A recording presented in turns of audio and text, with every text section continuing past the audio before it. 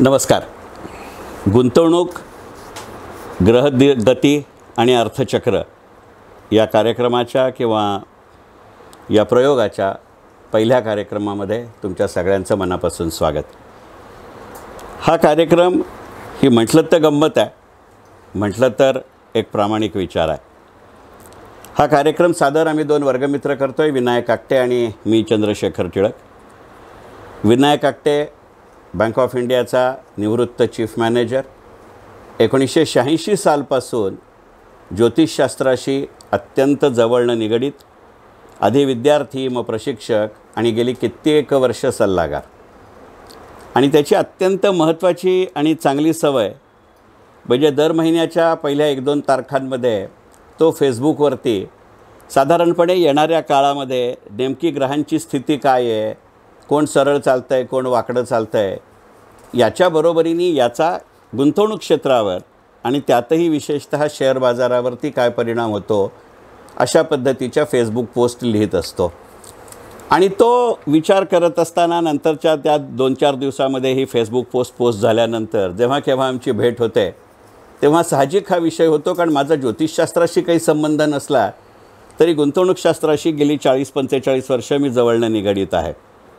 आणि त्यामुळे त्यांनी जे फेसबुक पोस्टमध्ये लिहिलं आहे ते किती प्रमाणामध्ये होऊ शकतं किंवा होऊ शकणार नाही याची तो जशी त्याच्या ग्रहाच्या स्थितीच्या दृष्टिकोनातनं चर्चा करतो त्यावेळेला मी काही वेळेला त्याचं मत पटतं तर पटलं म्हणून सांगतो, पटलं नाही तर पटलं नाही म्हणून सांगतो.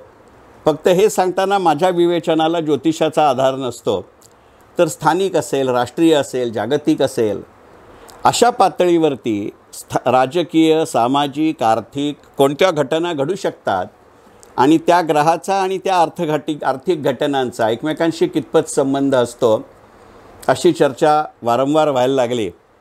आणि त्यातनं एक कल्पना अशी मनामध्ये आली की अगदी व्यावसायिक तत्वावरती जरी कार्यक्रम केले नाहीत तरी निदान आपल्या मित्रांपुरेसा तरी एखाद प्रयोग तर करून पाहू. आणि म्हणून आज 4 एप्रिल 2024ला हा एक प्रयत्न की ग्रहांची स्थिती, ग्रहांची दशा, ग्रहांचं चलनवलन आणि त्याच्या काळातच होणाऱ्या जागतिक, स्थानिक किंवा राष्ट्रीय पातळीवरच्या आर्थिक आणि राजकीय घटना आणि त्यातनं गुंतवणूक क्षेत्राचं संभाव्य किंवा असंभाव्य रूप, अशी ही चर्चा आहे. आणि म्हणून आजचा कार्यक्रम गुंतवणूक, ग्रहगती आणि अर्थचक्र. धन्यवाद शेखर. आता आपण या कार्यक्रमाचं स्वरूप आज 4 एप्रिल आहे आपण बोलतोय, तर एप्रिल, मे आणि जून या 3 महिन्यासाठी मी माझे अंदाज मांडीन आणि त्यानंतर त्यावरती शेखर काही त्याच्या टिप्पणी असतील त्या करेल, त्याचेही अंदाज सांगेल. आमचे अंदाज सारखे असू शकतात किंवा भिन्नही असू शकतात, तेव्हा कुठचंही ग्रँट धरू नका. आम्ही फक्त आम्हाला काय वाटते ते आम्ही इथे बोलणार आहोत, त्याचा कसा उपयोग परस्परांना होऊ शकतो हे आपण पाहू शकतो. आता हा जो एप्रिल 2024 या महिन्याच्या प्रारंभाची ग्रहस्थिती बघाल तर बुध आणि गुरु हर्षल हे 3 ग्रह मेषेत आहेत, केतू कन्येत आहे, प्लुटो मकरेत आहे, मंगळ शनी हे कुंभ राशीत आहेत आणि रवी, शुक्र, राहू, नेपच्यून हे 4 ग्रह मीन राशीत आहेत. साधारणतः हे स्लो मुव्हिंग प्लॅनेट्स असतात. हे महिनाभर जेव्हा कधी मध्ये काही रास बदलत असतील आणि काही माझा संदर्भ असेल तर मी त्याबद्दल बोलेन. तर प्रत्येक महिन्याच्या या काही यातल्या असंख्य ग्रहयोग रोज होत असतात, पंचांगात दिलेलेही असतात, पण आपल्याशी संबंधित अशा काही महत्त्वाच्या ग्रहयोगांचा मी विचार करणार आहे. सर्वात पहिला मला जो वाटला तो 1 एप्रिलला बुध हा ग्रह मेषेत वक्री झाला.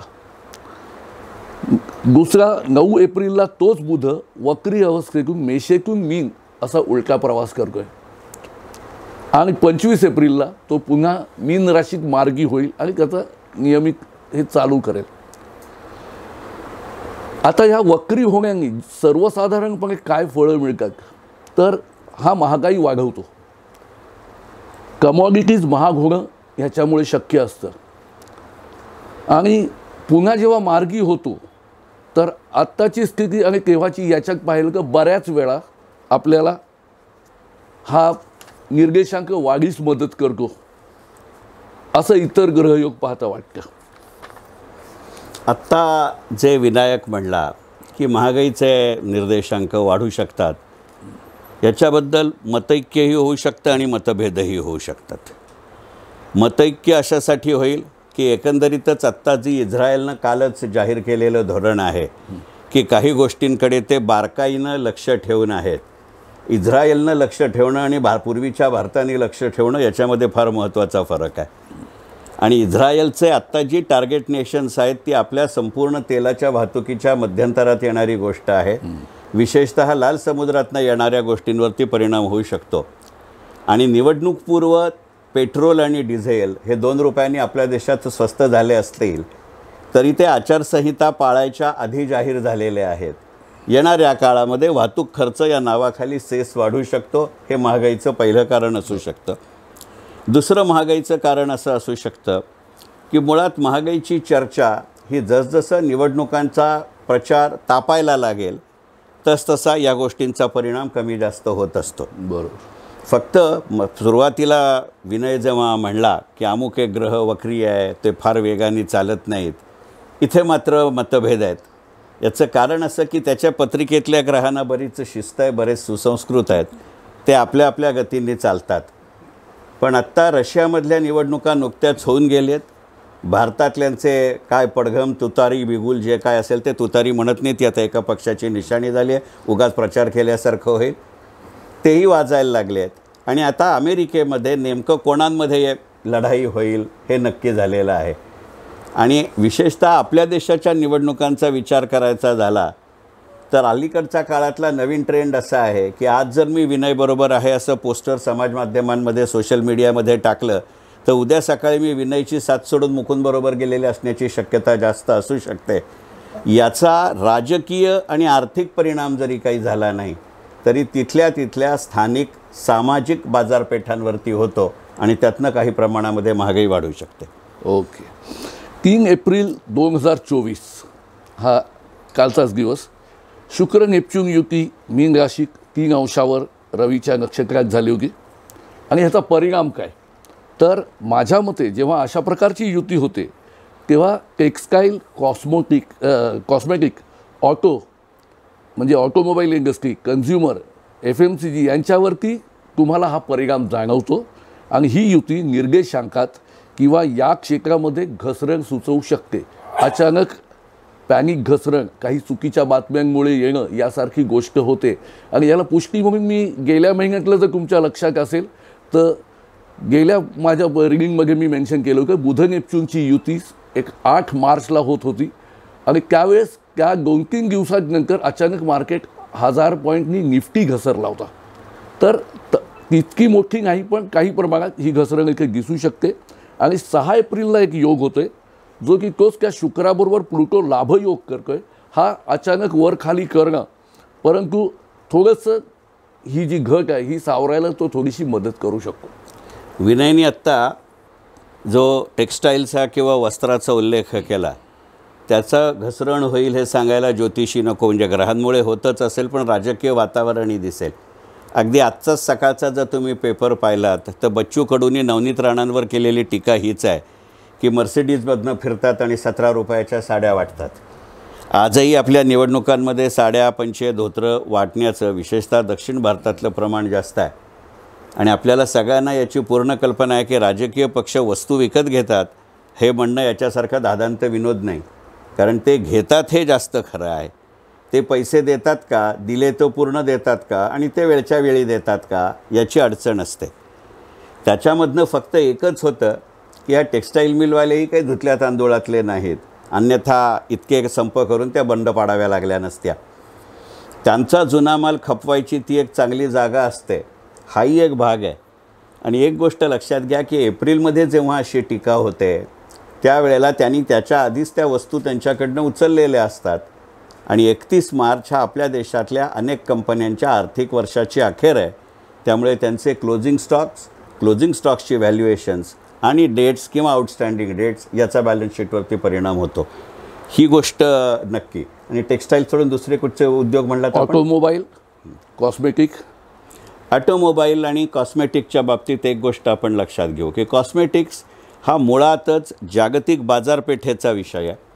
परंतु त्यांची जी बाजारपेठ निर्माण करण्याची केंद्र आहेत ही तीनही राष्ट्र आत्ता इलेक्शन्समध्ये आहेत आणि त्यामुळे कॉस्मेटिकमध्ये एका प्रकारची स्टॅग्नन्सी असू शकते.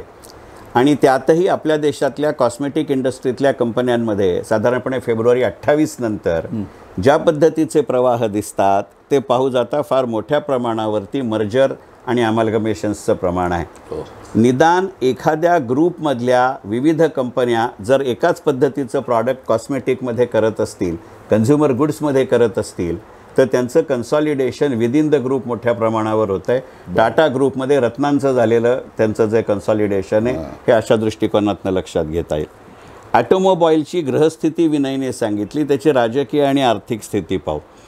एकंदरीतच टाटा मोटर्सनी केलेली जी घोषणा आहे की टाटा मोटर्स आता त्यांच्याकडे आत्ता ज्याच्याकडे टाटा मोटर्सचा एक शेअर आहे त्या प्रत्येक शेअर होल्डरला त्या 2 कंपन्या ते लिस्ट करत आहेत.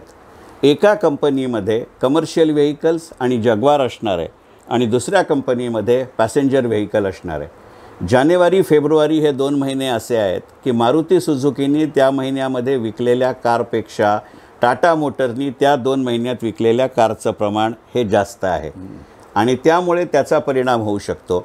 आणि दुसरी गोष्ट म्हणजे एकंदरीतच 16 फेब्रुवारीनंतरचे जर आपण ॲटो सेल्सचे आकडेवारी पाहिली तर त्याच्यामध्ये इलेक्ट्रिक व्हेकल्सचं प्रमाण हे मोठ्या प्रमाणावरती वाढतं आहे.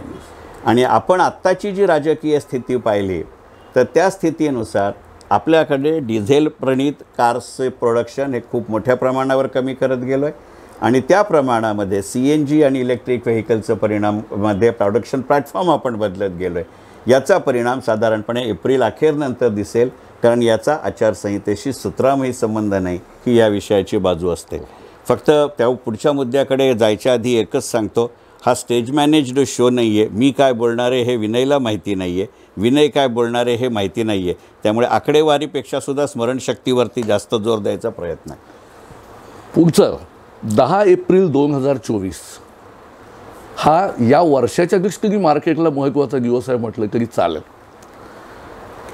अत्यंत परिणामकारक आणि महत्त्वाची अशी मंगळ आणि शनीची युती कुंभ राशीत होती आणि या युतीबद्दल काही महत्त्वाचे मुद्दे मी सांगेन, काही निरीक्षणं सांगेन की ही युती साधारणतः 2 वर्षांनी होते, एखाद महिना मागे पुढे असतं. बघा, आठवत असेल तर 5 एप्रिल 2022ला मकर राशीत 28 अंशावर ही युती झाली होती. आता यावेळची कुंभ राशीत होती आणि 31 मार्च 2020 स्ट्राईक होत असेल तर ही तारीख बरोबर करोना नंतरच्या हाहाकाराची होती. त्याच्यात मार्केटनी तुम्हाला जे काही चित्र उभं केलं होतं ते सगळं आठवा तर तुम्हाला जी काही धमाल झाली ती आठवली तर तुम्हाला कळू शकेल की ही युती काय करू शकते, तिच्या कपॅसिटीज काय. कारण का ही युती होत असते का प्रत्येक वर्षी काहीतरी अन्य ग्रहस्थिती वेगळी असते, त्यानुसार कमी जास्ती परिणाम होतात. पण या 2 ग्रहांची मुळातली जी एक आपण ताकद ॲसेस करतो ती तर काही कमी जास्ती होत नाही. ही युती निर्देशांक वाढवायला बऱ्याच अंशांनी जबाबदार असते, सुरुवात करते. मध्येच एखाद्या वेळेस एखाद्या दिवशी तुम्हाला अचानक खाली गेले असंही चित्र ती उभी करू शकते, पण त्याचा परिणाम या युतीचा हा दीर्घकाळ असतो. सामाजिक स्थितीत अस्थिरता निर्माण करणारी ही स्थिती आहे. या युतीमुळे आपल्या अन्य गोष्टीत बघायचं का वायुदल किंवा अवकाश क्षेत्रात काही पॉझिटिव्ह रिझल्ट तुम्हाला येऊ शकतात, जे इतरांना त्याच्यावर ऑब्जेक्शन असू शकतं अन्य देशांना.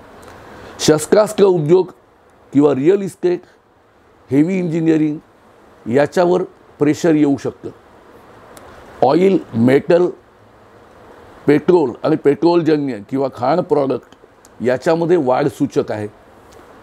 आणि सर्वात महत्त्वाचा मुद्दा म्हणजे 5 एप्रिलच्या सापेक्ष, कारण ह्या युतीचा परिणाम थोड्या आधीपासून दिसायला लागतो, तर तिथून साधारणतः एक 18 एप्रिलपर्यंत आपण 18पर्यंतचा जर विचार केला तर तुम्हाला निर्देशांकात नेट 250 पॉईंट निफ्टीमध्ये कमीत कमी वाढ अपेक्षित मला आहे आणि तेवढी क्षमता या योगात आहे. मी म्हटलं कसं काही अन्य योग माझ्या नजरेतून सुटलं आणि कमी झालं तर गोष्ट वेगळी. आत्ताचं त्याचं शेवटचं वाक्य मला फार बरं वाटलं. NSE निफ्टीमध्ये 250 अंशांची वाढ मी पक्का BSc सेन्सेक्सवाला माणूस आहे, कारण मी काही फ्युचर ऑप्शन्स करत नाही, डेरिव्हेटिव्ह करत नाही, ट्रेडिंगवरती माझा विश्वास नाही. आणि शेवटी या क्षेत्रातल्या करिअरची सुरुवात BScतनं केली आणि सेन्सेक्स कमिटीचा सभासदी माझी पहिली असाइनमेंट असते. पण आपल्याला सगळ्यांना कल्पना आहे की साधारणपणे काही अपवाद वगळले तर निफ्टीच्या 2.5 ते 3 पट ही सेन्सेक्समधली वाढ असते. म्हणजे जेव्हा विनय असं म्हणला की 250 पॉईंट्स वाढतील, तर 250 पॉईंट्स याचा अर्थ साधारणपणे 650 ते 650 अंशांनी BSc सेन्सेक्स वाढतो. मग आपण जर या दृष्टिकोनातनं पाहिलं तर विनयच्या या मताशी विनय मित्र असला तरी मी सहमत नाही. कारण मुळातच आता दिवसभरामध्ये 600-650 पॉईंट्सची सेन्सेक्समध्ये वाढ किंवा घट हे इतकं नॉर्मल झालं आहे की सेंट्रल रेल्वेची ट्रेन उशिरा आहे याची आपण चर्चा करत नाही, अशातली गत आहे. किंवा सुट्टीच्या रविवारच्या दिवशी किंवा बँक हॉलिडेच्या दिवशी रविवारचं टाईम टेबल लागतं याची आपण चर्चा करत नाही. हा पहिला मुद्दा. पण त्याचा मुद्दा एका दुसऱ्या दृष्टिकोनातनं लक्षात घेण्याजोगा आहे. त्यांनी जे शस्त्रास्त्र किंवा डिफेन्स इंडस्ट्रीबद्दल बोलला त्याच्याविषयी मी फारसं बोलत नाही, कारण आज तुम्ही माझ्यासमोर आहात ते सगळे माझे वर्गमित्र आहात, माझ्या यूट्यूब चॅनलचे तुम्ही सबस्क्रायबर आहात. तुम्हाला माहिती आहे मी गेले 2.5 वर्ष डिफेन्स इंडस्ट्री लावून धरली आहे आणि परमेश्वर कृपेनं आजही तो चांगल्या पद्धतीनं सेन्सेक्स देतो आहे. त्यांनी जो डिफेन्सचा उल्लेख केला, मला कल्पना नव्हती तो आत्ता असा मुद्दा घेणार आहे, अन्यथा मी पहिल्याच मुद्द्यात ते कव्हर केलं नसतं. आज जर तुम्ही विचार केलात तर जगामध्ये 4 वेगवेगळ्या ठिकाणी युद्धाच्या पॉसिबिलिटीज आहेत. युक्रेनचे परराष्ट्रमंत्री S. जयशंकरला भेटतात, याच्यात विनोद किती आणि वस्तुस्थिती किती हा एक विषय आहे. याचं कारण असं की आपल्याकडे इलेक्शन्स सुरू होत आहेत, आपल्या संपत आहेत तेव्हा अमेरिकेच्या सुरू होत आहेत आणि आपल्याकडे सुरुवात व्हायच्या आधी रशियामध्ये पुतीननं स्वतःला स्वयंघोषित राष्ट्राध्यक्ष केलेला आहे.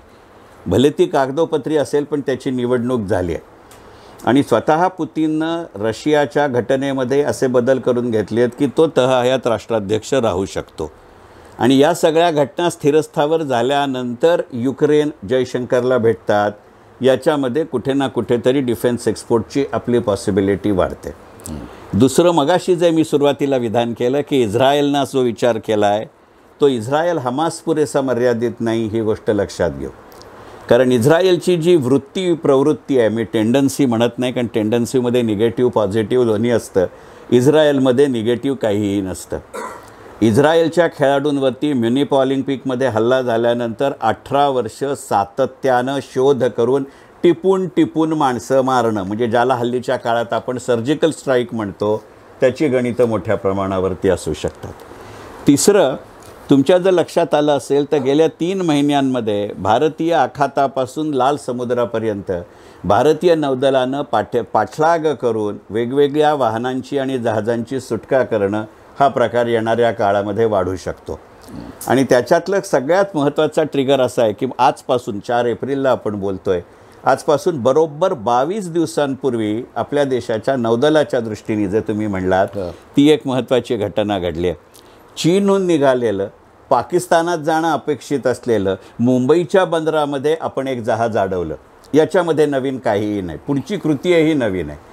ते जे काही चीनला जायचं होतं ते लष्करीदृष्ट्या संवेदनशील आहे म्हणून आपण वस्तू कॉन्फिस्केट केल्या आणि जहाज परत पाठवायचंच होतं. तर याच्या आधी एक प्रवाद असा होता की आपण त्या मालासकट जहाज परत पाठवलं. आता ज्या पद्धतीचं पाकिस्तानमध्ये नवीन राजवट येऊ शकते, त्यांना जर राजवट म्हणून स्थिरावायचं असेल तर भारताची खोडी काढणं, विशेषतः भारत निवडणुकांना सामोरं जात असताना काढणं, याच्यासारखी सोपी गोष्ट कुठचीही नाही. या 4 गोष्टींचा जर विचार केला आणि मोजून 29 दिवसापूर्वी जी माझगाव डॉकच्याबद्दल बातमी आली की माझगाव डॉकला 10,700 कोटी रुपयांची एक्सपोर्ट ऑर्डर बाकी आहे, हिंदुस्तान एरोनॉटिक्स लिमिटेडला एक्सपोर्ट ऑर्डर बाकी आहे, याचा अर्थ आपला स्पेअर पार्ट एक्सपोर्ट वाढतोय म्हणून तुमचं डिफेन्स वाढतं आहे. आणि तुम्ही जे एव्हिएशनचा विचार केलात तर मला स्वतःला असं वाटतं याचा ट्रिगर असा आहे कारण आचारसंहितेच्या आधी ही घोषणा झाली आहे. त्यामुळे आता जे करायचं आहे ती फक्त तात्विक किंवा कार्यशैलीच्या दृष्टिकोनातून अंमलबजावणी आहे. 26 जानेवारीला फ्रान्सचे राष्ट्राध्यक्ष आपल्याकडे प्रमुख पाहुणे म्हणून आले होते. त्यावेळेला फ्रान्सचे राष्ट्राध्यक्ष, भारत सरकार आणि टाटा समूह यांनी जो एक करार केला, ज्या अन्वये एक विशिष्ट वेगळी कंपनी निर्माण करून हेलिकॉप्टरला लागणारे सर्व स्पेअर पार्ट्स आपल्याच देशात बनवले जातील, ती प्रक्रिया कार्यान्वित होईल. त्याचे संकेत ऑलरेडी 2 पद्धतीने मिळत आहेत.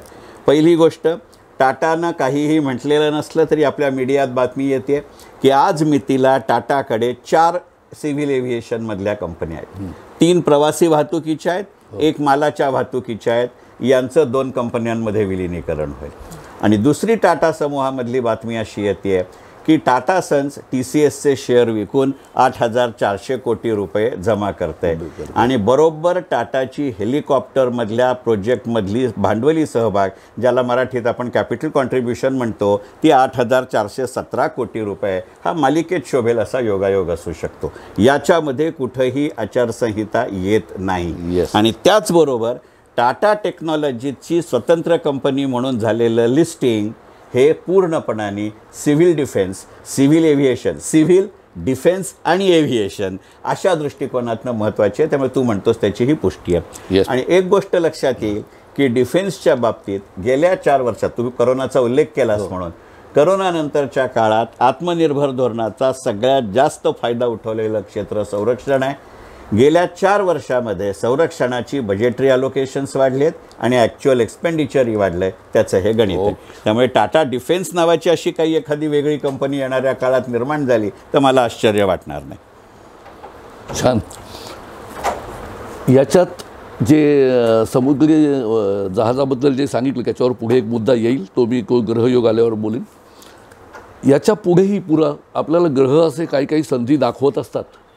तसं इथे समोर संधी आहे. 18 एप्रिल 2024 या दिवशी गुरु आणि हर्षल यांची युती होती. आणि हे 2 स्लो मुव्हिंग म्हणतात कसे मोठे प्लॅनेट्स, यांची युती दीर्घकालीन परिणाम करणारी असते. ही मेष राशीत कृतिका नक्षत्रात होते आणि ही युती नक्की एक फायनान्सच्या क्षेत्रात चांगल्या अर्थाने लाट देऊ शकते, निर्देशांक वाढीसाठी मदत करणारी अशी ही युती आहे.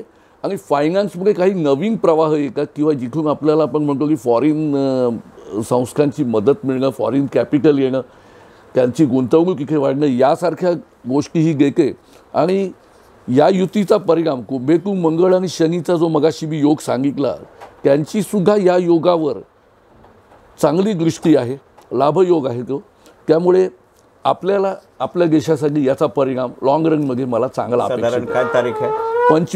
18 एप्रिल 2024ला ही युती होती आहे. आणि मला त्याचा परिणाम 25 पर्यंत अपेक्षित आहे. मेन दिसणारा. मला गुरु आणि हर्षल काही कळत नाही. माझा शिक्षणाशी संबंध केव्हा सुटलाय, हर्षल काय असतं मला माहिती नाही. पण 42 वर्ष, जे साधारणपणे 1980 पासून आजपर्यंत वित्तीय सेवा क्षेत्रात काढल्यानंतर जाणवणारी अत्यंत उघड गोष्ट आहे की तो विनय जे म्हणला की वित्तीय सेवा क्षेत्र किंवा फायनान्समध्ये फार मोठे सकारात्मक परिणाम होतील. याची 2 अत्यंत उघड कारणं आहेत की T+0 ही तोपर्यंत फार मोठ्या प्रमाणावर आपल्या देशात स्थिरावलेली सेटलमेंट सिस्टम असेल. आज मितीला आपण 25 स्क्रिप्टमध्ये T+0 सुरू केलं आहे. आज मितीला 25पेक्षा जास्त आपण अशासाठी घेतलेल्या नाहीत, कारण ज्या फॉरेन इन्स्टिट्यूशनल इन्व्हेस्टर्स आहेत त्यांना आत्ता तरी T+0 आपल्या देशात यायला नको आहे. याचं कारण असं आहे की ज्या वेगानं T+0मध्ये शेअर्सची आणि पैशाची ट्रान्सफर अपेक्षित आहे ते करणं आत्ता त्यांना शक्य नाही आहे. कारण ते गुंतवणूक जरी आपल्या देशामध्ये करत असतील तरी त्यांची बॅक ऑफिसेस हाँगकाँग किंवा सिंगापूरमध्ये आहेत. आणि तुमच्या असं लक्षात असेल तर एक गोष्ट खरी आहे की 21 देश जे आपला डिजिटल रुपया मान्य करत आहेत त्याची इम्प्लिमेंटेशन डेट ही 20 एप्रिल आहे. त्यामुळे इकडे T+0 तिकडे डिजिटल रुपया, ह्या 2 गोष्टींचा परिणाम तेव्हा जाणवेल. मला स्वतःला वाटणारी एक शक्यता अशी आहे की या दरम्यानच्या काळामध्ये म्हणजे पुढच्या 15 दिवसांमध्ये T+0 एकदा स्थिरावतं आहे असं म्हटल्यानंतर, कारण त्या ज्या 25 स्क्रिप्ट निवडली आहेत त्या बघण्याजोग्या स्क्रिप्ट आहेत. त्याच्यामध्ये काही स्क्रिप्ट अशा आहेत की ज्याच्यामध्ये प्रचंड मोठ्या प्रमाणावरती डेली ट्रेडिंग व्हॉल्यूम्स असतात. त्याच्या विरुद्ध काही स्क्रिप्ट अशा आहेत की ज्याच्यामध्ये अत्यंत कमी प्रमाणामध्ये ट्रेडिंग व्हॉल्यूम्स असतात. म्हणजे या दोन्हीची व्यवस्था झाल्यानंतर ती स्थिरावणारी स्कीम आहे.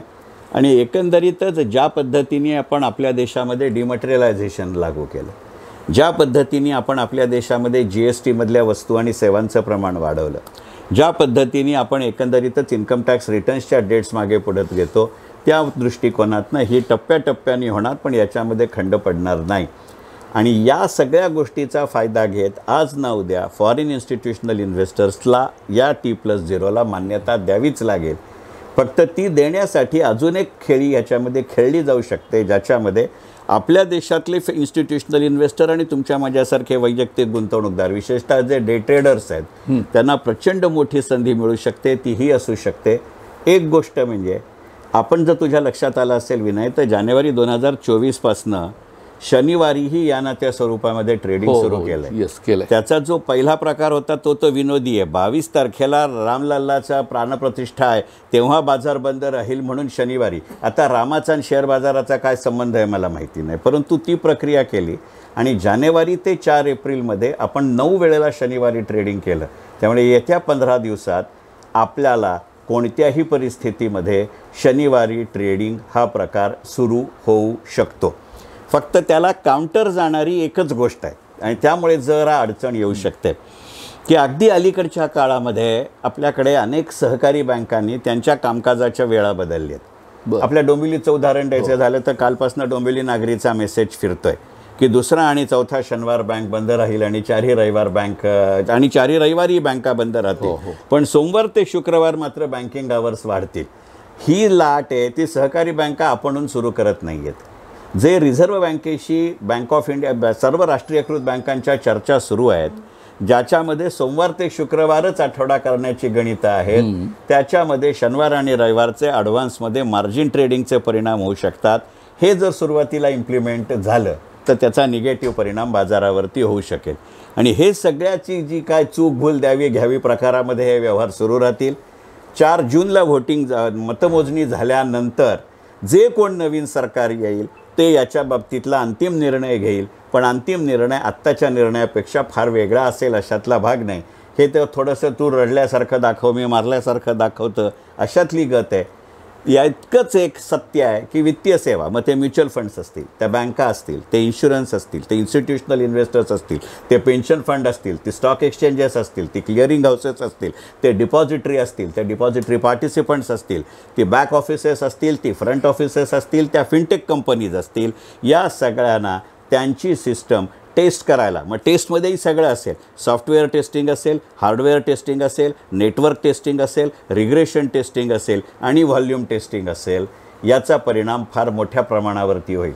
त्यामुळे तू जे वित्तीय सेवा म्हणतोयस त्याच्याच बरोबरीनं ज्या कंपन्या या क्षेत्राशी प्रचंड मोठ्या प्रमाणावर निगडीत आहेत त्याच्यावरती फार चांगला सकारात्मक परिणाम होईल. याची 2 उदाहरणं आत्ताच दिसली आहेत. कालच आपल्याला सगळ्यांना ज्यांच्या डीमॅट खात्यामध्ये पर्सिस्टंट सिस्टमचे शेअर्स आहेत त्यांनी तुम्हाला मेसेज पाठवला आहे की पर्सिस्टंट सिस्टमच्या शेअर्सचं स्प्लिट ऑफ फेस व्हॅल्यू झालं आहे. तुमच्याकडे 1 शेअर असेल तर तुम्हाला आता 10 शेअर मिळत आहे. हे तू म्हणतोस त्याचं गणित आहे. आणि TCSनी जो चांगला दिलेला निर्णय आहे किंवा पुढचे त्याची एस्टिमेट्स आहेत तेही याचा निर्णय आहे. या वेगाशी ज्यांना जोडता येतं ते TCS आणि पर्सिस्टंट होतील, ज्यांना या वेगाशी जोडता येणार नाही ते इन्फोसिस आणि विप्रो होतील. त्यामुळे मला वाटतं आपल्या इतिहासातलं पहिलंच उदाहरण असेल की आजोबानं लॉस मेकिंग शेअर्स आपल्या नातवाला दिले, मग ते भले 4 कोटीचे असतील. आणि म्हणून त्याची मूर्ती, सुधा मूर्तीला म्हणून राज्यसभेचा खासदार केला आहे का मला माहिती नाही. आणि शेखर, तू आत्ता ज्या काही T+0 येण्याची शक्यता वगैरे आहे हे फक्त मी माझ्याकडून बोलत नाही आहे, परंतु अशा ज्या काही गोष्टी आहेत किंवा आणखीन काही गोष्टींचा उल्लेख केलास तर सगळंच काही मी आत्तापर्यंत 4 ग्रहयोग सांगितले, सगळंच आलबेलं आहे, सगळंच चाललं आहे असं काही नाही आहे. 25 एप्रिलला बुध मार्गी होतो आहे, म्हणजे नॉर्मली ग्रह मार्गी झाल्यावर लोक समजतात की एव्हरीथिंग विल गो फाईन. आणि 29 एप्रिलला मंगळ आणि नेपच्यूनची युती होती आहे. ही युती काही मला शुभसूचक वाटत नाही. याचं कारण सांगतो की ही माझ्या दृष्टीने ही सामाजिक अस्थिरता किंवा लोकांमध्ये एक प्रकारचा असंतोष पसरवणारी युती आहे. अर्थात इथे लोक म्हणजे मला जास्ती मार्केटशी संबंधित इन्व्हेस्टर हा ग्रुप अपेक्षित. आणि काही राज्यात पश्चिमेकडच्या भागात किंवा सीमावर्ती भागात काही ताणतणाव हे इंडिकेट करणारी ही युती आहे. काही गूढ घटना, गनिमी गोष्टी यांचे पडसाद उमटू शकतात. आणि जागतिकदृष्ट्यासुद्धा घातपाताच्या काही घटना तुम्हाला निदर्शनास येऊ शकतात आणि संरक्षण क्षेत्रात गूढ किंवा रिअल इस्टेट आणि इंजिनिअरिंग यांच्यातही घट आणू शकते ही युती आत्ताची. आणि त्याच्यामुळे 25 एप्रिलनंतर हा निर्देशांक थोडा खाली राहू शकतो. जे मला जे वाटलं की असंच की तू सांगतोस त्याप्रमाणे जर ह्या गोष्टी T+0 सारख्या गोष्टी आल्या आणि लोकांचा त्याला विरोध राहिला तरी त्याला गुंतवणूकदार रिस्पॉन्ड करतील, हे त्याचं कारण असेल का? T+0ला चंद्रशेखर टिळक, विनायक ते, मुकुंद साबळे, शिरीष खटी किंवा जयश्री पंडितसारखे वैयक्तिक गुंतवणूकदार जरासुद्धा विरोध करणार नाही. कारण मला विरोध करण्याजोगा कोणताही बदल त्याच्यात होतच नाही आहे. अगदी आज मी तिला सुद्धा जर मी कॅशमध्ये व्यवहार करत असेल, म्हणजे मी F&O करत नसेल, मी डेरिव्हेटिव्ह करत नसेल, तर मी अगदी ॲपच्या थ्रू जरी माझं पर्चेसिंग करत असेल तरी प्रत्यक्षात माझ्या ॲपमधनं, ब्रोकरच्या टर्मिनलमधनं, स्टॉक एक्सचेंजच्या टर्मिनलला तेव्हाच व्यवहार रजिस्टर होतो जेव्हा मी त्या दिवसाची पूर्ण मार्जिन भरलेली असते. मी जर शेअर विकत असेल तर ऑलरेडी माझ्या अकाउंटमधनं मी माझ्या DPला जर इन्स्ट्रक्शन दिली असेल तरच तो ट्रेड करतो. बरं, हल्लीच्या काळात बहुतांश इंडिव्हिज्युअल भारतीय गुंतवणूकदारांचे ट्रेडिंग कम डिमॅट अकाउंट आहे. त्याचं कारण ते नसेल. तू जे साधारणपणे 20 एप्रिल नंतरचा काळ म्हणतो याला असलेली राजकीय पार्श्वभूमी आपण लक्षात घेऊ. साधारणपणे 1994 पासून म्हणजे गेल्या 30 वर्षाचा लोकसभा निवडणुकांचा आपला आजपर्यंतचा इतिहास असा आहे की ज्या दिवशी निवडणुकांच्या तारखा आणि निवडणुकांची आचारसंहिता जाहीर होते त्या दिवशी मार्केट अत्यंत निगेटिव्हली रिॲक्ट होतं. आपण आत्ता इथे जाताना पाहिलं. जसजशी त्या आघाड्या कोण असतील, कोण कोणाबरोबर असेल, कोण इकडं गेला, कोण तिकडं गेला, ही जी मगजमारी असते तोवर बाजार सावध असतो. प्रचार टिपेला गेला की बाजार वाढायला लागतो. हे साधारणपणे पहिल्या फेरीतलं मतदान होईस्तोवर त्याचा ट्रेंड डे ऑन डे हा वाढता असतो. एखाद दिवस तो मागे पुढे झाल्याने काही फरक पडत नाही. आणि मगाशी मी म्हणलं तसं 600, 650, 900, 1000 पॉईंटनी सेन्सेक्स वर खाली होणं याला बाजारात घडामोड म्हणण्याचे दिवस केव्हाच चोरकले. तू ज्या तारखा म्हणतोयस तुझ्या असं लक्षात येईल की साधारणपणे त्यावेळेला आपल्या देशात जे 7 टप्प्यामध्ये मतदान व्हायचं आहे त्यातले 1 टप्पा पूर्ण होत आहे. दुसरा तू जो अरुणाचल किंवा सीमावर्ती भागांचं म्हणलंस ते गणित तेव्हा पीकला येईल कारण साधारणपणे ती 7 राज्य आणि पश्चिम बंगाल यांच्या मतदानाच्या त्या तारखा आहेत. साहजिक या तारखेला चीन आपल्या खोड्या काढणार हे सांगायला ज्योतिषी नको. ऑलरेडी चीनने सुरुवात केलीच आहे. परवाच चीननं जाहीर केलं की चीन भारताचा अरुणाचल भाग दाखवतो, अशातला भाग नाही. म्हणजे परवा मी शेखर 64मध्ये म्हणलं आहे तशातला भाग आहे. आता चीन एक पाऊल आणखीन पुढे गेलेलं आहे आणि चीन म्हणतं की भारतातल्या या गावांची नावं आम्ही सांगू ते ठरवा. पूर्वी मनमोहन सिंग पंतप्रधान होते तेव्हा मनमोहन सिंग त्यांच्या केबिनमधनं पालम विमानतळावर पोचायच्या आधीच चीनने रजिस्टर केलं होतं. हे सर्व मान्य गोष्ट आहे की जर तुम्ही एका वर्षात 10 पेक्षा जास्त वेळेला अरुणाचलमध्ये गेलात आणि नंतर चीनचा व्हिसा अप्लाय केलात तर चीन तुम्हाला व्हिसा देत नाही. आता चीनला खोड्या काढण्या वाचून गत्यंतर नाही. हा एक भाग. दुसरा भाग या सीमावर्ती भागांमध्ये तुझ्या असं लक्षात येईल की आता काश्मीरचा जरी विचार केलास, काश्मीरच्या निवडणुका पुन्हा त्याच काळामध्ये आहेत लोकसभेच्या. तुझ्या असं लक्षात येईल की कलम 370 रद्द केल्यानंतरच्या या पहिल्या लोकसभा निवडणुका आहेत. लोकांची अपेक्षा अशी होती की जे काश्मीरमध्ये आपण विभाजन करून केंद्रशासित प्रदेश निर्माण केले ते बरखास्त होऊन विधानसभांच्या निवडणुका मतदारांची यादी करून होईल, त्या झालेल्या नाहीत. त्यामुळे आता तिथल्या जे कोण पक्ष असतील ते त्यांनी तसं असावं नसावं हा वेगळा विषय. शेवटी त्यांना त्यांचं मत आहे, तुम्हाला ते मान्य आहे की नाही याच्यावरती ते काम करत नाहीत.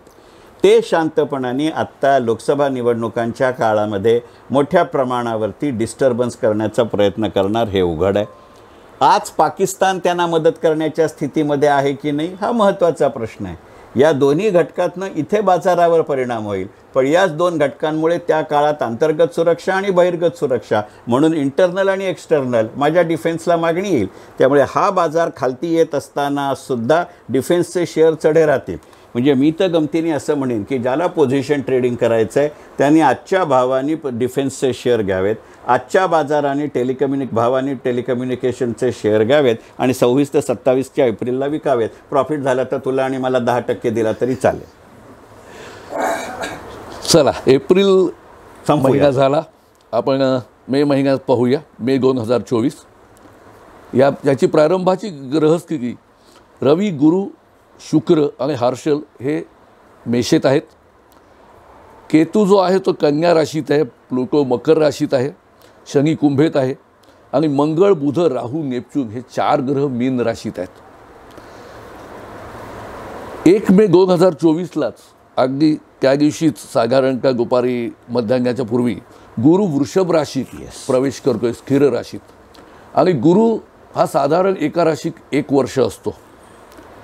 आणि तो स्थिर राशीत गेल्यानंतर गुरु स्वतः जर फायनान्सचा निदर्शक आहे, फायनान्सच्या नीतीचा निदर्शक असं आपण म्हणू त्याला हवं तर तो तुम्हाला स्थिरतेच्या दृष्टीने पुढची काही पावलं उचलायला आपल्या देशासाठी मदत करेल.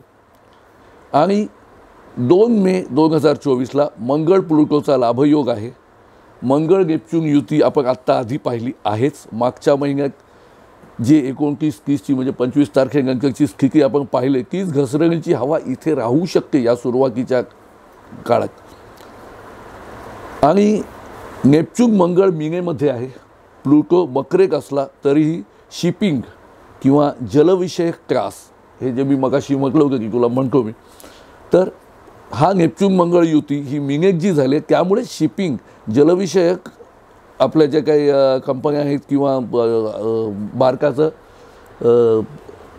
ती संस्था, परदेशी व्यवहारातून फसवणूक किंवा तोटा होणं, युद्धनीतीत आपल्या भारतास जलमार्गाने कोंडी करणारे त्रास देत असतील तर पस्तावतील, असा माझा अंदाज आहे. मे महिन्यातलं आत्ता त्यांनी जे जलवाहतुकीचं सांगितलं, त्याचे ग्रह काय असतात ह्याचा माझा अभ्यास नाही, पण जलवाहतूक तशीही निवडणुकांच्या काळामध्ये आपल्याला अडचणीची असते. हो, त्याचं कारण असं आहे की तुमचा एअर स्ट्राईक जो असतो तो एअर स्ट्राईक एका विशिष्ट भूभागात असतो. तुमची जी पायदळाची लढाई असते ती तुमच्या एका विशिष्ट भूभागामध्ये असते. परंतु आपल्या देशाला असलेला दोन्ही बाजूचा, खरं म्हणजे तिन्ही बाजूचा प्रचंड समुद्रकिनारा पाहू जाता आणि एकंदरीतच आपल्या आजूबाजूला असलेले 4ही देश आपल्याला अंकित असण्यापेक्षा चीनला अंकित आहेत. हे जर विचारात घेतलं, ब्रह्मदेशची सगळी बंदरं चीनच्या ताब्यात आहेत, श्रीलंकेची बहुतेक बंदरं ही चीनच्या ताब्यात आहेत, पाकिस्तान कोणाचं ऐकतं हे सांगायला तू आणि मी नको आहे. अशा परिस्थितीमध्ये तुझ्या निवडणुकांच्या काळामध्ये त्यांनी जर त्यांचं काय व्हायचं असेल ते होऊ दे, त्यांनी पराभव गृहीत धरला आहे.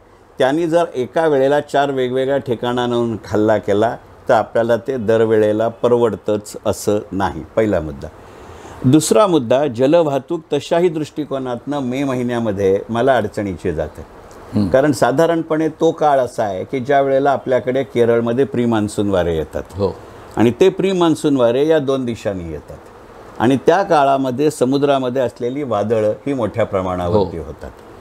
तिसरी गोष्ट, त्यावेळेला माझ्यावरती हल्ला करण्याचं सगळ्यात महत्त्वाचं कारण असं असू शकतं की आता आपल्या तेलाच्या आयातीच्या 58% वाटा आपण रशियातनं घेतो. रशिया मला तेल काही हवाई मार्गाने पोचवत नाही, रशिया मला तेल काही भूमार्गातनं पोचवत नाही.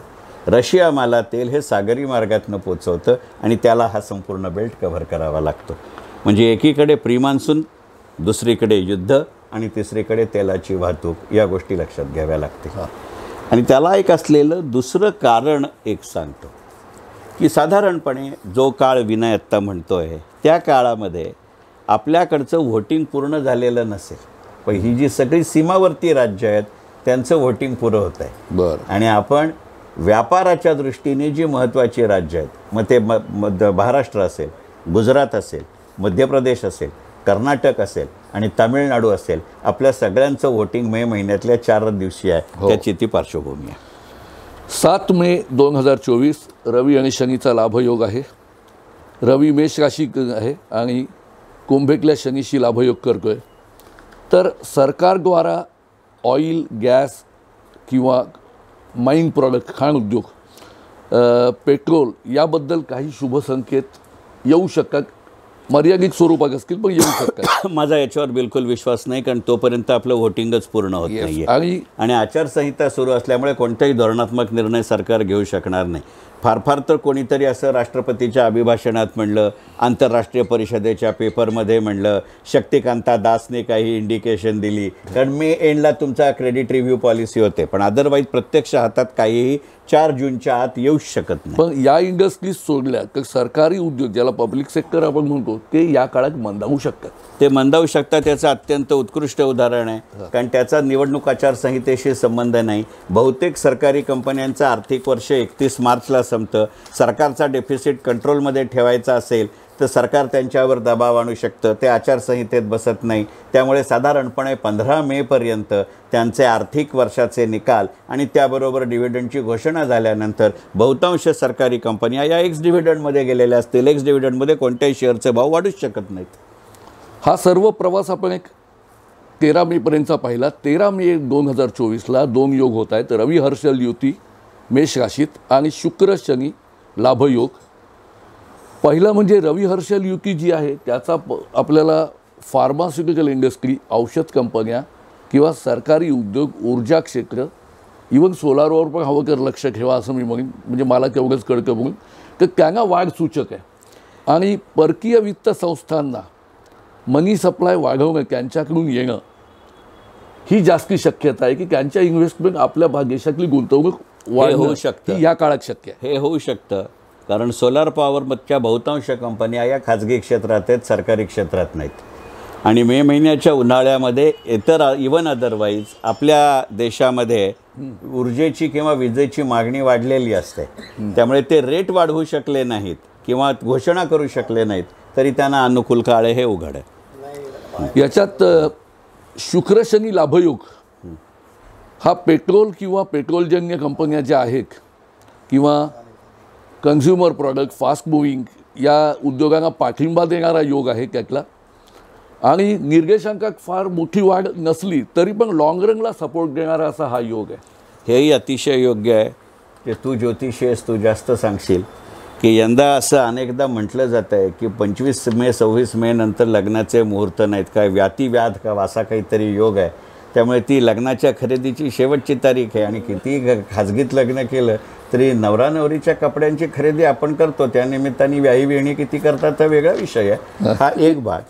आणि दुसरा भाग असा आहे की साधारणपणे आपली जी इंडिकेटिव्ह टेक्स्टाईल पॉलिसी असते त्याच्या गेल्या 7 वर्षातल्या तारखा या 20 मे ते 28 मे मधल्या आहेत. ही बॅकग्राऊंड असू शकते. आता बुध प्लुटो केंद्रीय योग 17 तारखेला जो होतोय त्यांनी निर्देशांकात आपण म्हणतो ना एका दिवसात खूप चढ-उतार झाले अशी काही घटना फक्त दिसू शकते. केवळ एक इंडिकेशन म्हणून मी ते नोट केले. पण 18 मेला रवी गुरुची युती होती आहे आणि शुक्र हर्षलची युती होती आहे. हे 2 या महिन्यातले माझ्या दृष्टीने आता महत्त्वाचे ग्रहयोग आहेत. रवी गुरुची जी युती आहे ती रवीच्याच कृतिका नक्षत्रात असणार आहे. सरकारी उद्योग, ऊर्जा, औषध, फार्मा या उद्योगांना ती वाढसूचक आहे. म्हणजे जे मगाचा ट्रेंड आहे तोच हे पुढे होत आहे. आणि शुक्र हर्षल युती ही सुद्धा मेषेक रवीच्याच नक्षत्रात आहे. तर कॉस्मेटिक्स, टेक्स्टाईल, ऑटोमोबाईल, ज्वेलरी हे जे शुक्राचे विषय आहेत त्यामध्ये ते वाढ सुचवू शकतात.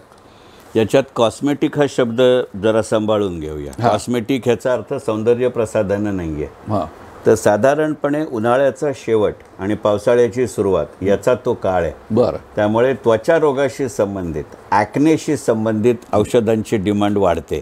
कॉस्मेटिक म्हटल्यानंतर लवली अँड फेअरली वगैरे त्याचे भाव वाढणार नाही आहेत, पण जे कन्झ्युमर स्टिक असतील याच्यामध्ये भाव वाढतात. किंवा आपल्या देशामधला गेल्या काही महिन्यात वर्षातला ट्रेंड असा आहे की अतिउष्णतेमुळे विशेषतः ज्यांना मस्क्युलर पेन आहे तो भाग वाढतो. त्यामुळे जे आयोडेक्ससारख्या कंपन्या असतात, प्रॉडक्ट विकतात, ते घेतील. म्हणजे मी गमतीने म्हणेन की या काळामध्ये अमृतांजनचा शेअर घ्यायला हरकत नाही, परंतु मी नेसे दुसऱ्या कोणाचा घेईन असं नाही वाटत. मला पण कॉस्मेटिक म्हणताना विशिष्ट हे नाही सांगायचं आहे की कंपन्या त्या प्रोडक्शन करणाऱ्या कंपन्या. आणि आपल्या देशात कॉस्मेटिक्सचा विचार करताना विनय एक गोष्ट लक्षात घ्यावी लागते की आता प्युअर कॉस्मेटिक क्षेत्रात असलेल्या कंपन्या किती आणि कॉस्मेटिक प्लस FMCG ज्याला आपण म्हणतो याच्यामध्ये असलेल्या कंपन्या किती, हा प्रकार फार आहे. म्हणजे आता खरं सांगायचं म्हणजे कॉस्मेटिक कंपनी ही डिपार्टमेंटल स्टोअर झाली. 19 मेला शुक्र स्वराशीत जातोय आणि 23 मे पासून गुरु शुक्र युती होते आणि गुरु नेपच्यूनचा लाभयोग होतोय. ही युती जी आहे ही रवीच्या कृतिका नक्षत्रात banking, finance, consumer, automobile, textile यांच्या समभागाची स्थिती सुधारू शकते.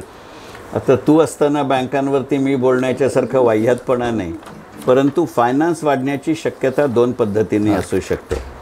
की साधारणपणे मे एंडचा जर विचार केला तर मे एंडला आपल्याकडे इथनं परदेशात जाणाऱ्या विद्यार्थ्यांची संख्या वाढते किंवा परदेशातनं आपल्याकडे येणाऱ्या टुरिस्टची संख्या वाढते. आणि हल्ली आपल्याकडे समर पिकनिकिंगपेक्षा सुद्धा प्री मान्सून पिकनिकिंगचे दिवस जास्त आहेत. त्यातही ज्यांना लक्षद्वीपमध्ये जायचं आहे, ज्यांना अंदमान निकोबारला जायचं आहे आणि ज्यांना श्रीलंकेत जायचं आहे त्यांच्यासाठी मे आणि जून हे नेहमी योग्य पिरियड समजले जातात. आता लक्षद्वीपला मिळालेलं जे राजकीय महात्म्य आहे, मी महत्त्वसुद्धा म्हणत नाही, ते पाहू जाता तो काळ चांगला आहे. आज जयश्री पंडित तिथे कदाचित ती माझ्यापेक्षा जास्त चांगलं बोलेल.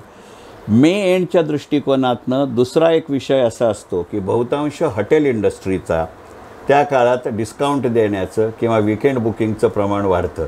त्यामुळे तो जर विचार करायचा असेल तर आजच्या दिवसाला इंडियन हॉटेल्स आणि लेमन ट्री घेऊन ठेवता येतील. अगदी 25 मे 24ला शनिवार आहे, त्या दिवशी शुक्र प्लुटोचा नवपंचम योग होतो. तो सुद्धा तू आत्ता जी काही चर्चा सांगितली त्याला पोषक असाच आहे.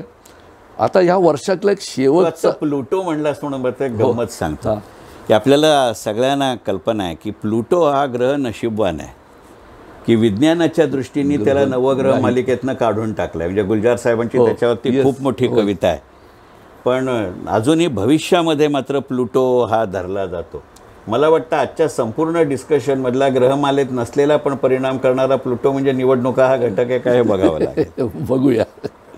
आता ह्या महिन्यात किंवा अगदी वर्षातला एक महत्त्वाचा योग असा मी म्हणेन की बुध हर्षल युती जूनमध्ये, आणि ही 31 मेला होते. अर्थात ही जरी 31 मेला होत असेल तरी थोडे आधी 4-6 दिवस आधी तुम्हाला त्याचे परिणाम दिसू शकतात.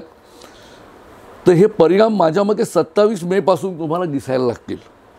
आणि इथे पुन्हा आपल्याला परदेशी गुंतवणूकदारांच्या नेतृत्वात ही तेजी येऊ शकते आणि ज्याला आपण मराठीत म्हणतो की निर्देशांक उसळी मारतो तसा प्रकार होऊ शकतो. आणि किती घेऊ शकतो शेखर? मी तुला आपलं हिंदी पिक्चर स्टाईलने सांगायचं का सांगेन की अब मुझे दुनिया की कोई ताकद रोक नाही सकती. हे मी नाही निर्देशांक म्हणू शकतो. हे अगदी अगदी अत्यंत उघड आहे. त्यांनी दिलेली तारीख माझ्या वाढदिवसाच्या जवळपासची आहे म्हणून मी म्हणतोय अशातला भाग नाही. परंतु 27 मे किंवा त्याच्यानंतरच्या घटना या समजाव्या लागतील. की दोन गोष्टी, आपल्या देशातल्या मतदानाचा शेवटचा टप्पा हा 27 मे आहे. त्यामुळे त्या काळामध्ये आपण किती विश्वास ठेवायचा नाही ठेवायचा हा वेगळा विषय आहे, पण एक्झिट पोलचे निकाल यायला लागलेले असतात. त्याच्यावरती निवडणूक आयोगाची कितीही बंधनं असली तरी एक ट्रेंड मिळतो. आणि मी मगाशी म्हटलं तसं की साधारणपणे शेवटच्या दिवशीचं मतदान होतं, त्या दिवशी मार्केट सबसिडाईज होतं पहिल्यांदा आणि मग ते मतमोजणीपर्यंत वाढतं. आणि मतमोजणीच्या दिवशी कोणीही निवडून येवो अथवा न येवो, मोदी येवो, शेखर येवो, विनय येवो, तो त्या दिवशी कोसळतो. हा आजपर्यंतचा इतिहास आहे. त्यामुळे तो 27 मेला वाढेल हे अत्यंत उघड गणित आहे.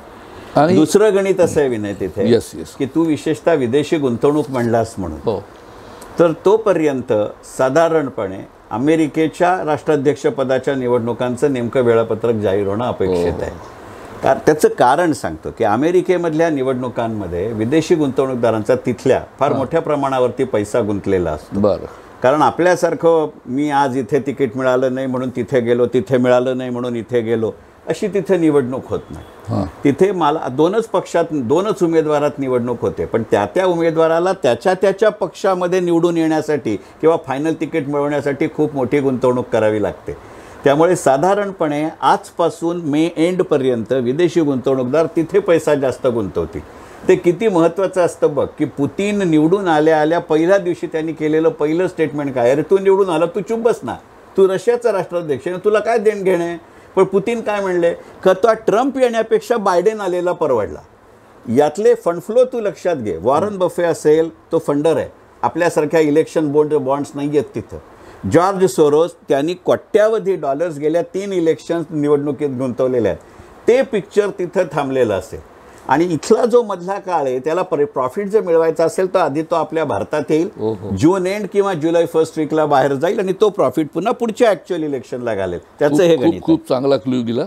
एकंदर ही वाटचाल मे महिन्याची जी आहे किंवा आपण एप्रिलची जी पाहिली ही अशी वरच्या दिशेने आहे, पण जूनचं चित्र थोडं वेगळं आहे. जूनच्या प्रारंभी बुध हर्षल मेषेत आहेत, रवी गुरु शुक्र वृषभेत आहे, केतू कन्येत आहे, प्लुटो मकर राशीत, शनी कुंभेत, मंगळ राहू आणि नेपच्यून हे मीन राशीक आहेत.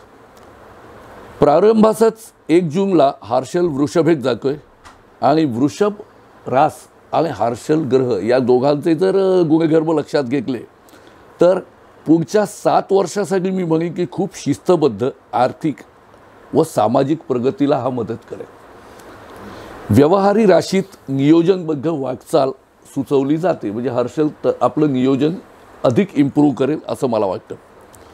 लॉंग रन परकीय गंगाजळीची स्थिती मजबूत होईल आणि परकीय गुंतवणुकीत वाढ होणं हे त्या राशी बदलाचे दीर्घकालीन परिणाम आहेत.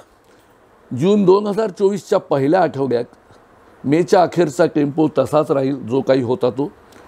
बुध नेपच्यून लाभयोग 3 जूनला होतोय, त्यापूर्वी गुरु प्लुटोचा नवपंचम 1 जूनला आहे. वृषभ राशीमध्ये केव्हाच बुध गुरुची युती आणि रवी शुक्राची युती ही 4 जूनच्या आसपास होते. तर ह्याचे सर्व परिणाम असे असतील 4 जूनपर्यंतची ही पाहता की लोकांमध्ये उत्साही वातावरण असेल. फार्मास्युटिकल, PSU, पॉवर सेक्टर यांना चांगले योग येतील आणि मला असं वाटतं की मार्केटमधली ट्रान्झॅक्शन्सची संख्या या काळात वाढेल आणि 8 जूनपर्यंत हे वातावरण राहू शकतं. माझ्याकडे नंतर 17 जूनपर्यंत कुठचेही विशेष मोठे ग्रहयोग नाही आहेत. या तारखा मला माहिती नाही, ते तो कार्यक्रम सुरू झाल्यापासून हर्षल हर्षल हर्षल म्हणतोय. मला त्या हर्षलचा एकच गुण माहिती आहे का मी काही ज्योतिषी नाही. हर्षल हा चंद्रशेखर टिळकसारखा अत्यंत आळशी माणूस आहे. तो फार फार तर जागचा पाय बदलतो, खुर्ची बदलत नाही. पण हर्षलचा एक महत्त्वाचा गुण असा आहे की ज्या इंडस्ट्रीला म्हणजे जर बाजाराच्या दृष्टीने विचार करायचा झाला तर ज्याला आपण इकॉनॉमिक्स किंवा कॉमर्समध्ये लॉंग जस्टेशन पिरियड म्हणतो असे कोणतंही क्षेत्र त्याला चालतं. त्यामुळे विशेषतः इन्फ्रास्ट्रक्चरच्या दृष्टिकोनातनं विषय होईल.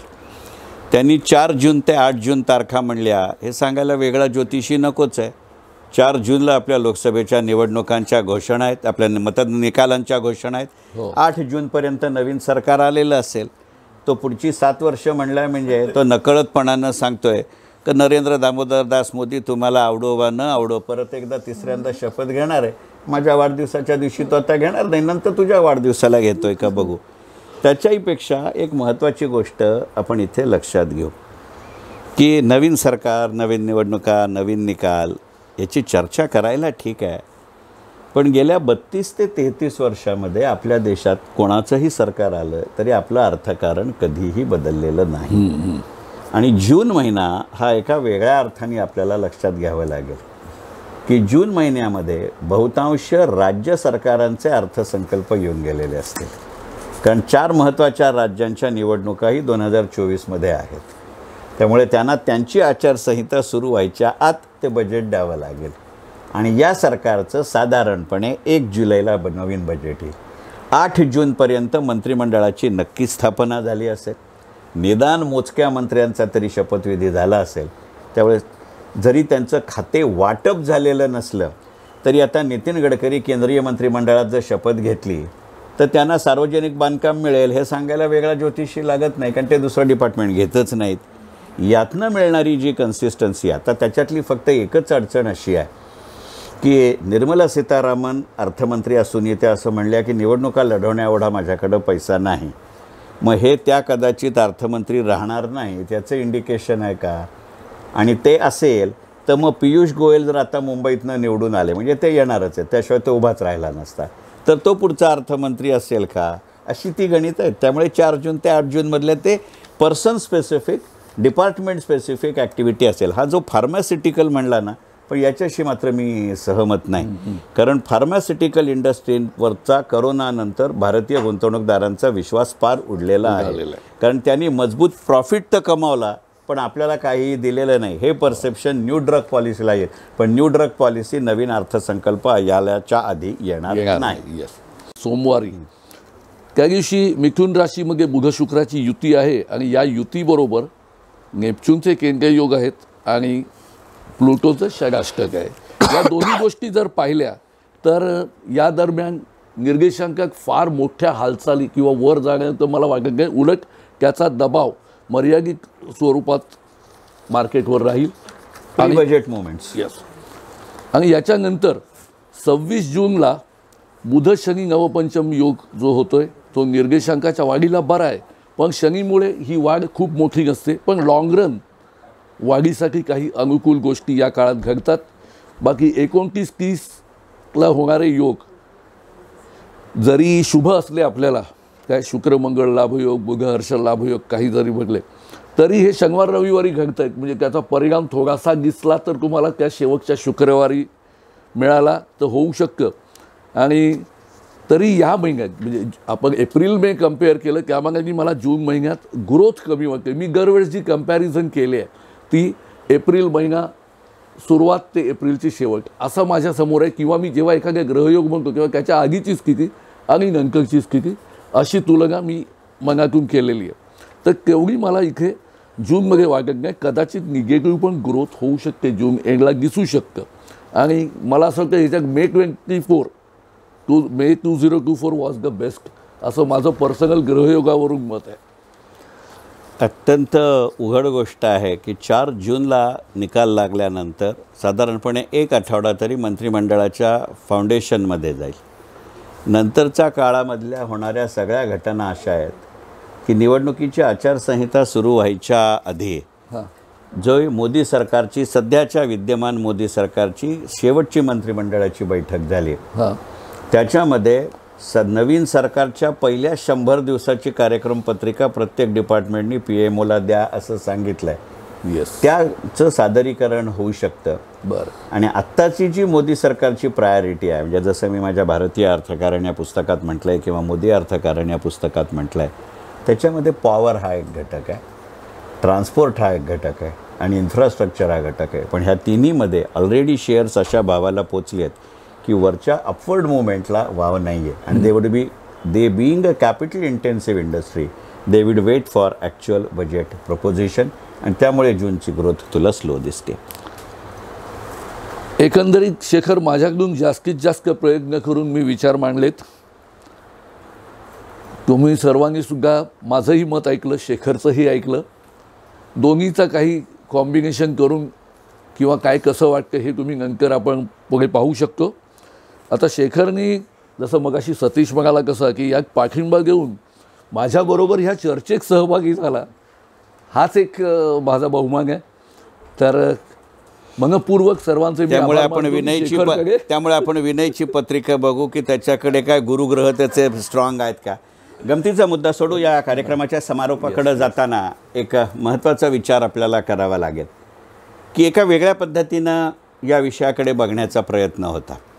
पत्रिका म्हणल्यानंतर नेमकं आपण वेगळ्या अर्थानं विचार करतो. पण एक गोष्ट आपण लक्षात घेऊया, याच्यामधला सगळेच्या सगळे अंदाज बरोबरही येऊ शकतात, सगळेच्या सगळे अंदाज चुकूही शकतात.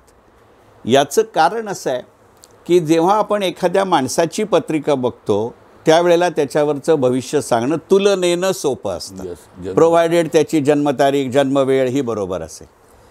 बाजार ही एका व्यक्तीची पत्रिका नाही, ती एका समूहाची प्रक्रिया आहे. त्या समूहाला भूगोलाचं बंधन नाही, त्या समूहाला इतिहासाचं बंधन नाही, त्या समूहाला वर्तमानाचं बंधन नाही.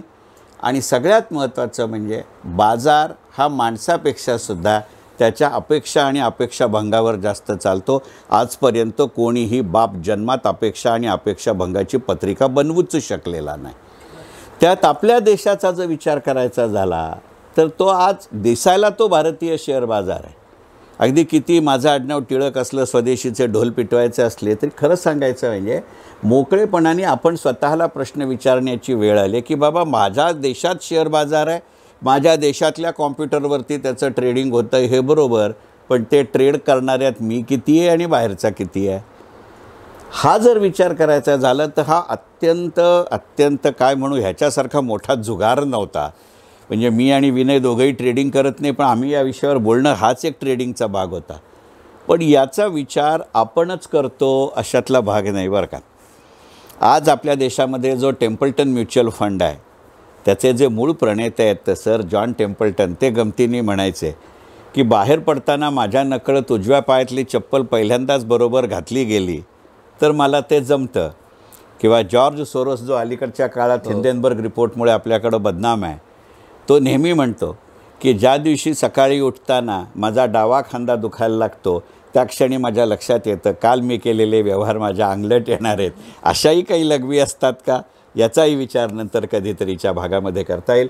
मी आणि विनयनी हा जो आज प्रयोग केला तो वेगळ्या ठिकाणी मी सुरुवातीला म्हटलं तसं व्यावसायिक तत्वावर नसे, परंतु अशा पद्धतीनं विचार करता येऊ शकतो. बाकी काही नाही तरी त्यातनं नियोजनामध्ये आणखीन एका घटकाची भर पडू शकते.